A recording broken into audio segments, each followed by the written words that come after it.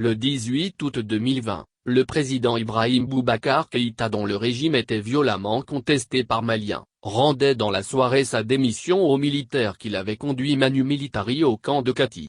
La chute de l'ancien président Ibk s'explique en bonne partie par une gouvernance calamiteuse qui pendant 7 ans a plongé le pays dans presque tous les domaines, sécuritaire, économique, social, une impasse.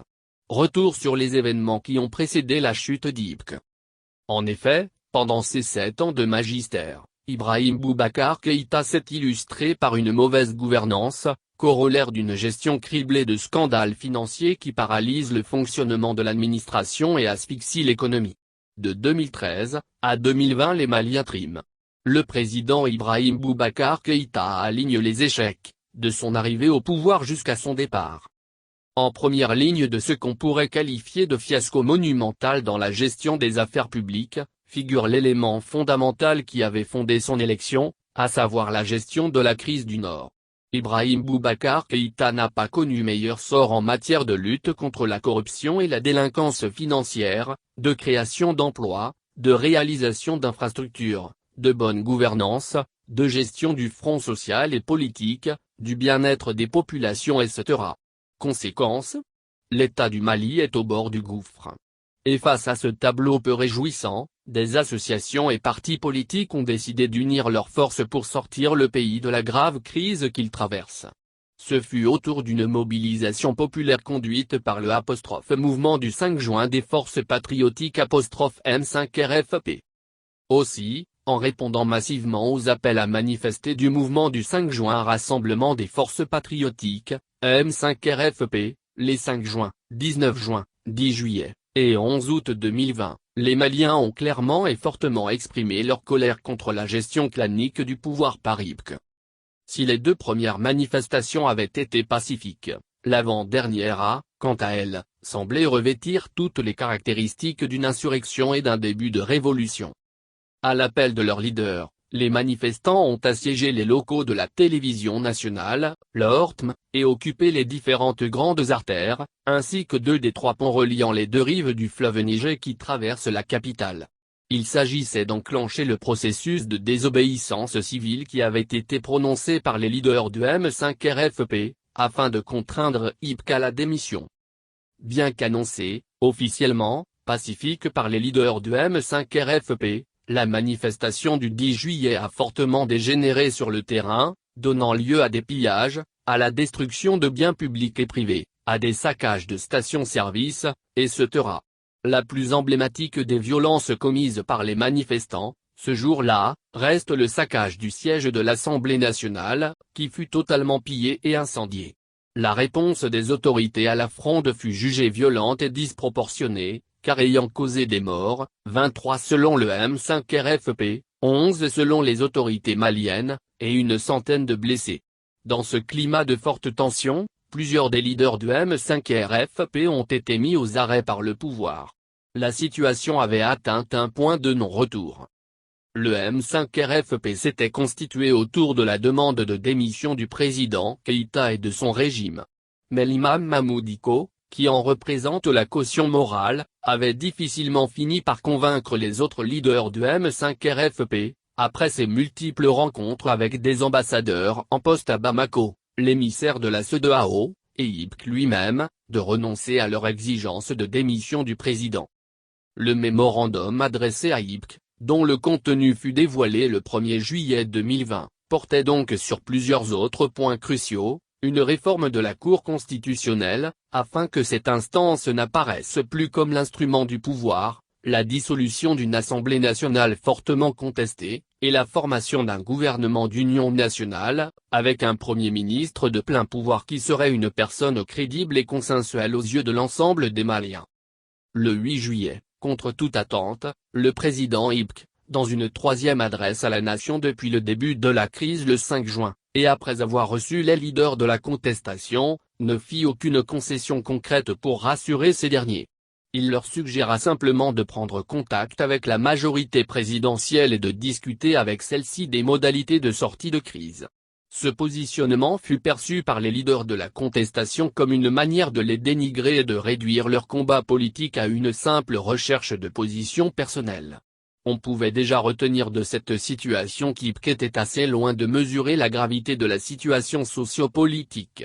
Dès lors, sa démarche fut interprétée par les contestataires comme une manœuvre dilatoire visant à gagner du temps en espérant une implosion du mouvement. C'est à ce moment que le M5 RFP décida de rompre toute négociation et de revenir à son exigence initiale, à savoir la démission pure et simple d'Ibk.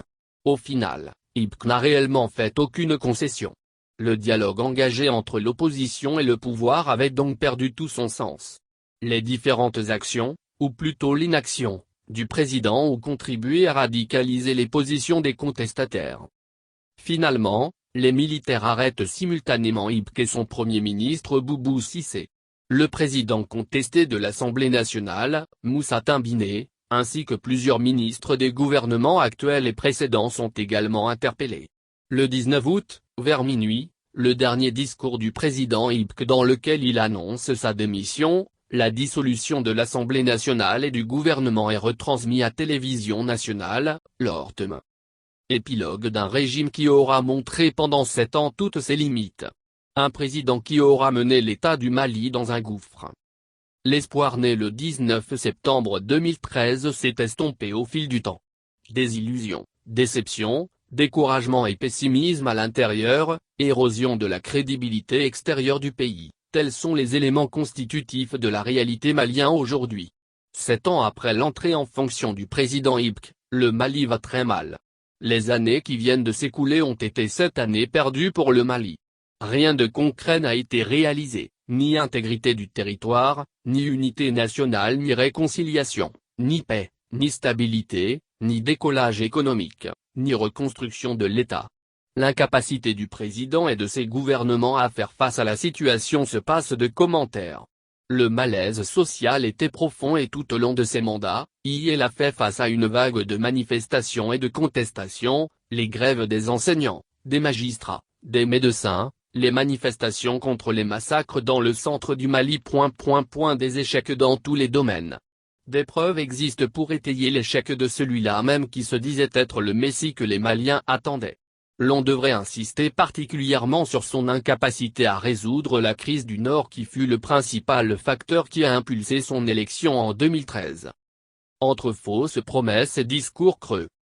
Le 4 septembre 2013, fraîchement élu, le président Ibk a juré de garantir l'unité nationale, l'indépendance de la patrie et l'intégrité du territoire national. 7 ans après, au-delà des paroles dont le pays est régulièrement abreuvé, l'unité nationale, l'indépendance de la patrie et l'intégrité du territoire national restent des vœux pieux. De toute évidence, le garant constitutionnel de l'unité nationale a échoué dans sa tentative de restaurer la paix et la stabilité, singulièrement pour ce qui est du Nord, où la souveraineté de l'État reste contestée par divers groupes armés malgré la signature de l'accord de paix qui peine à s'appliquer. Le centre du pays s'est embrasé. La situation explosive dans la région de Mopti n'a pas reçu l'attention nécessaire et le traitement adéquat du pouvoir en place. De la première attaque contre Nampala en janvier 2015 à la brève occupation de Boni en septembre 2016, les Maliens n'ont pas vu ce que le président de la République a tenté pour désamorcer la bombe du centre et résoudre la crise qui couvait. De revers en revers, les FAMA ont payé un lourd tribut à de l'inexistence d'une stratégie claire qui aurait dû être définie par Ibk. De façon générale, pendant le mandat du président, il y a eu plus de morts au Mali du fait du conflit que pendant les 60 années précédentes, de 1960 à 2020. En effet, la comptabilité macabre donne des frissons, 115 morts de septembre à décembre 2013, 306 morts de janvier à décembre 2014. 538 morts de janvier à décembre 2015, 352 morts de janvier au 15 septembre 2016, et plus de 1200 morts de janvier 2017 à nos jours. Au total, au moins 2200 civils, militaires maliens et étrangers ont perdu la vie dans notre pays depuis les débuts du mandat du président. Face à cette situation désastreuse, Ibk et son gouvernement font la politique de l'autruche. Et, chaque fois que le chef de l'État a fait des déclarations va-t-en-guerre, un petit communiqué des rebelles a suffi pour qu'ils reviennent sur terre. Ceci est l'œuvre du candidat à la présidentielle de juillet 2013 qui avait fait la promesse de mater la rébellion. Il avait rejeté toute idée de dialogue avec les gens armés. Aucun bandit ne s'y sera à mon niveau.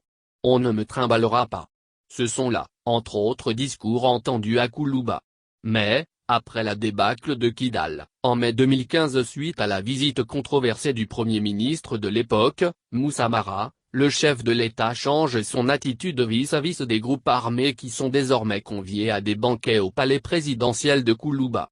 C'est avec plaisir et tous les honneurs qu'il reçoit les délégations des criminels du MNLA et consorts, alors que ceux-ci squattent encore les locaux de l'administration à Kidal et s'opposent à toute reprise en main du Mali sur cette région. Au même moment, les discours hypocrites nous font croire que le Mali est libéré de la rébellion et qu'il ne reste que l'emprise djihadiste. Pire, sous IBK, des criminels sont libérés, tout en faisant croire, la main sur le cœur, que les crimes seront punis. Que de scandales! Incapable de changer de cap, malgré les multiples cris de détresse, l'ancien président de la République a finalement conduit le Mali dans le gouffre.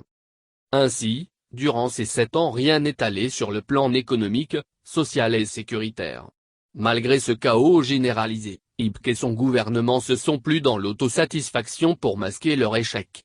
Des chiffres de croissance ont été fabriqués comme des preuves du décollage du Mali, alors que le peuple vit un quotidien infernal. Les prix des denrées de première nécessité ne cessent de grimper et le pouvoir d'achat des Maliens s'effrite au fil des jours. Cherté de la vie, bas niveau de la vie, insuffisance des services sociaux de base. Le peuple exaspéré.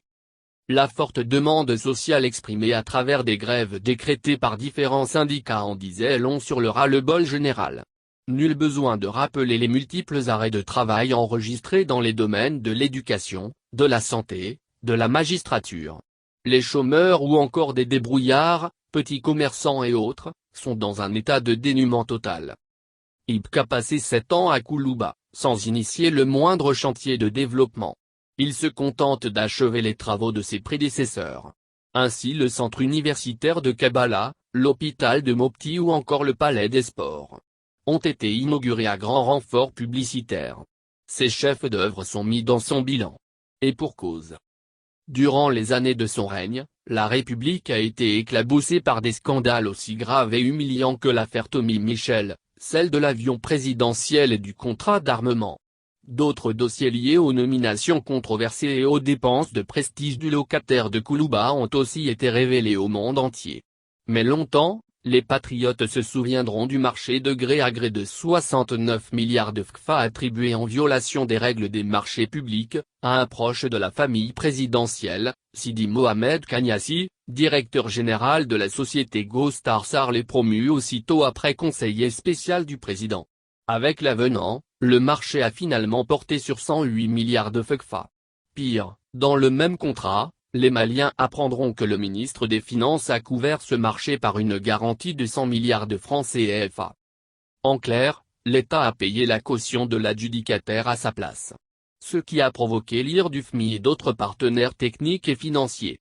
À cela s'ajoutent d'autres dossiers aussi encombrants que l'affaire Tommy Michel, le poids de la famille présidentielle dans la gestion du pouvoir, les coûts de la rénovation de la résidence privée, du palais présidentiel et du budget de la présidence en constante augmentation, pléthore de ministres et de responsables, ayant rang de ministres, avec leurs coûts exorbitants pour l'État, frais divers de l'Assemblée nationale, incessants voyages présidentiels à l'étranger, frais de bouche à Koulouba.